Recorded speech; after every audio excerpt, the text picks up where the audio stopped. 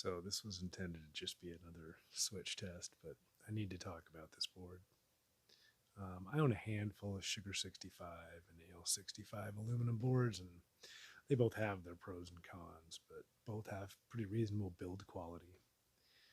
The new Lucky 65 by Weikav is something I've been looking forward to for a while, especially since it was wireless.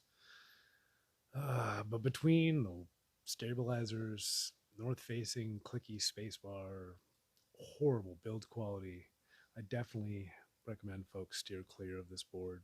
If you're looking for the next big thing in budget aluminum, look somewhere else. I'd honestly rather have a GMK 67 at this point. For that price, I could probably have two of them. Take care, guys, and we'll see you in the next one.